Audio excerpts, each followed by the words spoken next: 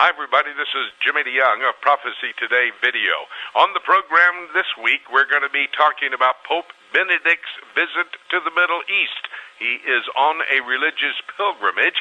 First, he went into Jordan to visit the biblical sites there, going to Mount Nebo, going to the location where Jesus Christ was baptized on the eastern shore of the Jordan River. It's also the same location where the children of Israel crossed into the Promised Land from Jordan, actually. And then it's the location where Elijah the prophet was caught up in a chariot of fire taken into the heavenlies. Then the Pope made his way into Israel and the Palestinian areas. He'll be visiting Jerusalem, Nazareth, and Bethlehem. David Dolan, our man who covers the Middle East, gives us an update on the trip by Pope Benedict to the Middle East.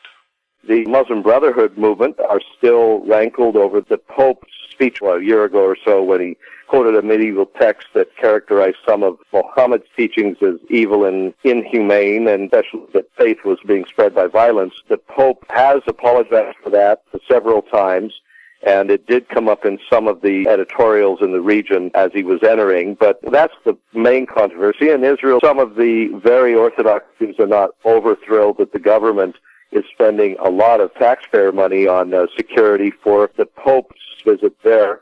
But the average Israeli sees it as another sign that Israel is not only a great tourist destination, but vital to other faiths as well, central to other faiths as well. So they're welcoming his visit. He has an outdoor mass planned in Nazareth and Bethlehem and Jerusalem. Huge crowds expected. And frankly, I mentioned tourism. It's been down because of the worldwide economic slump and the war in Gaza in December and January caused some cancellations. Well, with the Pope have come tens of thousands of Catholic visitors, pilgrims from Europe and from Asia and other places to attend those masses, to travel around the country with them. They're spending money, and with the Israeli unemployment rate now inching up towards 8%, over 100,000 Israelis have lost their jobs in recent months because of the economic decline, especially exports are down. They're glad to see the people coming just to visit the land. So it's overall a pretty positive reception. There are reports out that Pope Benedict, in his early life, there in Germany, was a member of the Hitler Youth. Anything to that? Well, that was reported when he was being considered for Pope, when his name came up as one of the short-list names that the cardinals came up with. So that's been discussed, and I think the Israelis certainly aren't worried about that because his statements on the Holocaust and on Hitler and on the Jewish people, etc., have been very positive for several decades when he was a bishop and then a cardinal himself, and he's visited synagogues, etc. He seems to have genuinely reached out to a fair extent. But it is, of course, historic to have the first German-speaking Pope in many, many centuries there, and his actions, especially at the Yad Vashem Holocaust Memorial, as a native German, will be very important and will have the potential to really affect the way Israelis see all of that. Then there's controversy. He's wanting to canonize Pope Pius XII, as his predecessor was talking about as well, and he was Pope during the Holocaust, and the Jewish people generally believe did very little to stop it, so that's a controversy. Itimar is the head of Palestinian Media Watch. It's interesting to note how the Palestinian media is talking about and using this visit by Pope Benedict to accomplish some of their goals. Itimar, talk to us about that.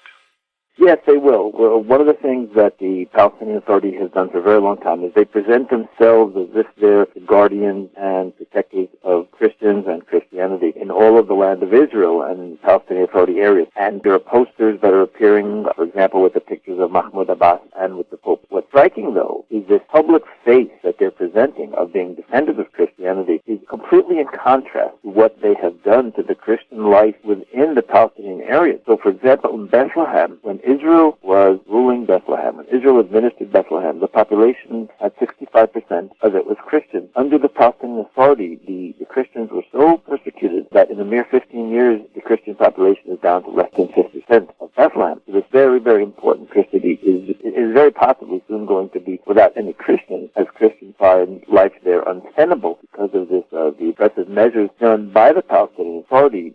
David Dolan and Itimar Marcus, these two special reports on Pope Benedict's visit to the Middle East. Let me take a moment and give you my prophetic perspective on this trip. Interesting statement made by the Pope when he addressed a group of Muslim leaders in a mosque in Amman, Jordan. He warned against misuse of religion.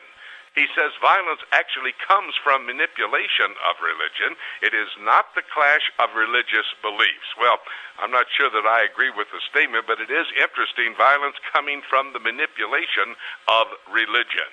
The Bible does talk about in the end times how religion will play a key role. There is a religion that is unnamed in the Bible, but it's the lowest common denominator among a group of nations that will align themselves against the Jewish state of Israel.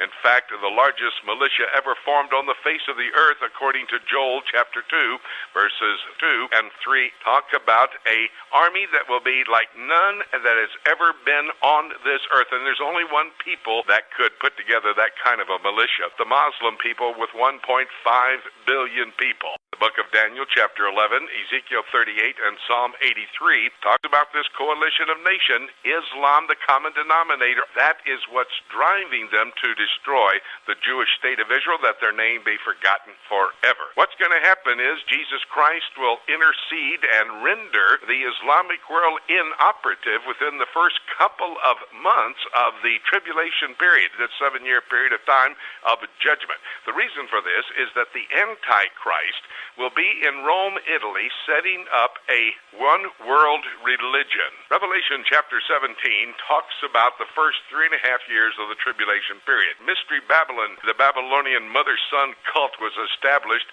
according to the scriptures in Genesis chapter 11 and verse 4, when Nimrod, who was setting up in contradiction of what God had said to do, be fruitful and multiply and repeople the earth, he was building a great city in Babylon. He established a religion. He says in verse 4, I want to build a tower whose top may reach into heaven. That is symbolic of religion being set up. Nimrod had a wife, her name Semiramis. They had a son, his name Tammuz. Semiramis and Tammuz became the co-equal recipients of worship. They were the mother-son cult. You can trace it from Babylon, which is its headquarters, all the way to 539 BC when the Babylonian Empire falls. Then this Babylonian mother-son cult switches to Pergamus. It's there. That's the location where the Romans started to worship their Roman emperors, and they would call them Pontifex Maximus. That was their title. Their political title was Caesar. Their religious title, Pontifex Maximus.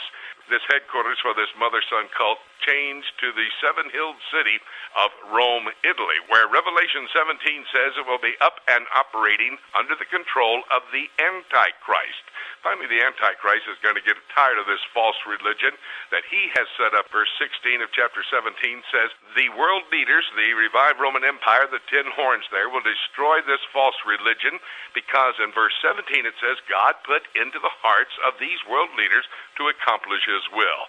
Revelation 13 tells us that the Antichrist then goes to Jerusalem, walks into the temple, claims to be God. That's the abomination of desolation. They put an image of him in the temple, and all the world is caused to worship him.